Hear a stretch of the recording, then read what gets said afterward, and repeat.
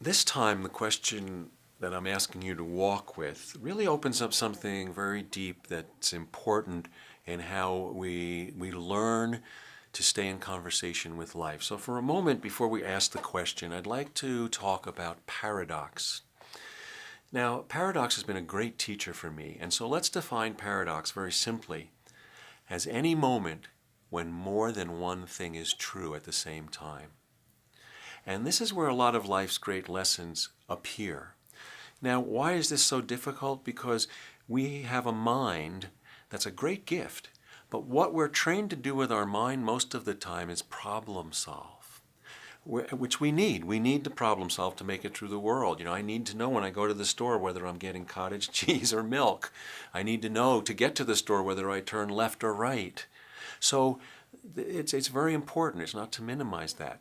But this is very interesting. I've learned through my life. When I was younger, I was taught, like many of us, that to have a good mind, to have a great ability to problem solve, I have to sort, prioritize, and choose.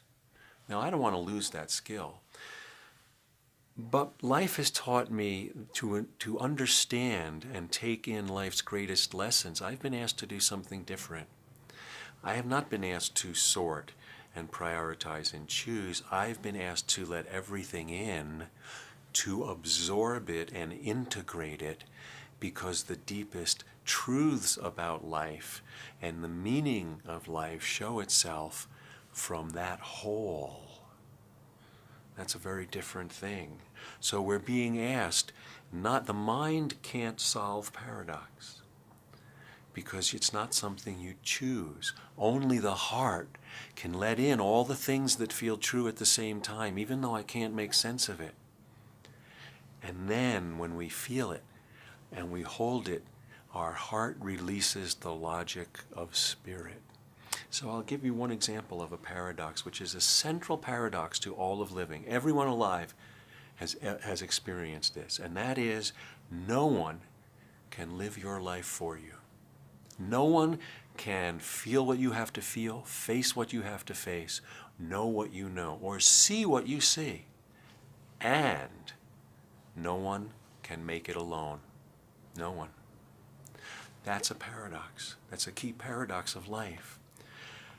To feel that, often in great love and great suffering, we get thrown into that paradox. When I was in my cancer journey, I was the only one who had to go through those procedures. I was the only one who was on the verge of dying. And yet there was no way I could make it alone. I had to have the help of countless loved ones to help me move into what only I could face.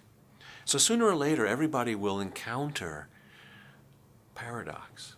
So to help us understand and move into that realm, I want to ask you this question.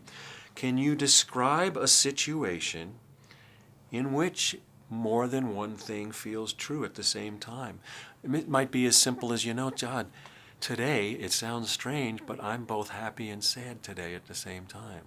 How can that be? That's a paradox. Okay? So whatever it might be, when you're this tension between things that seem true at the same time, how are you meeting this? Are you feeling the pressure to sort and choose and select between these things?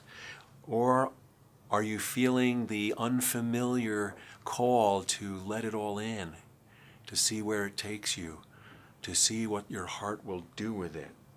So what happens inside you when you try to choose between truths? What does that feel like? And what happens inside you when you try to open your heart and let both in? So this is a very deep question, but it opens us to a life skill, a spirit skill that little by little you will become more familiar with. Because most of the lessons, I ask this because most of the lessons that have come to me through my journey of illness, and quite honestly through my journey of great love, and in my writing and my teaching when I ask questions, when I follow questions that lead me to things I don't understand, I'm always at this door. I'm always at this door. So I wanted to offer you something that would give you a little practice at, what does it feel like when I'm choosing between things that both seem true, and what does it feel like when I just let them in? And then you will feel your own growth in this area. And again, like other questions we've asked, the more you let yourself experience this, the clearer your eyes will be, the clearer your ears will be, and you will see life with a different wholeness. And that will enable you to make better decisions when things come up.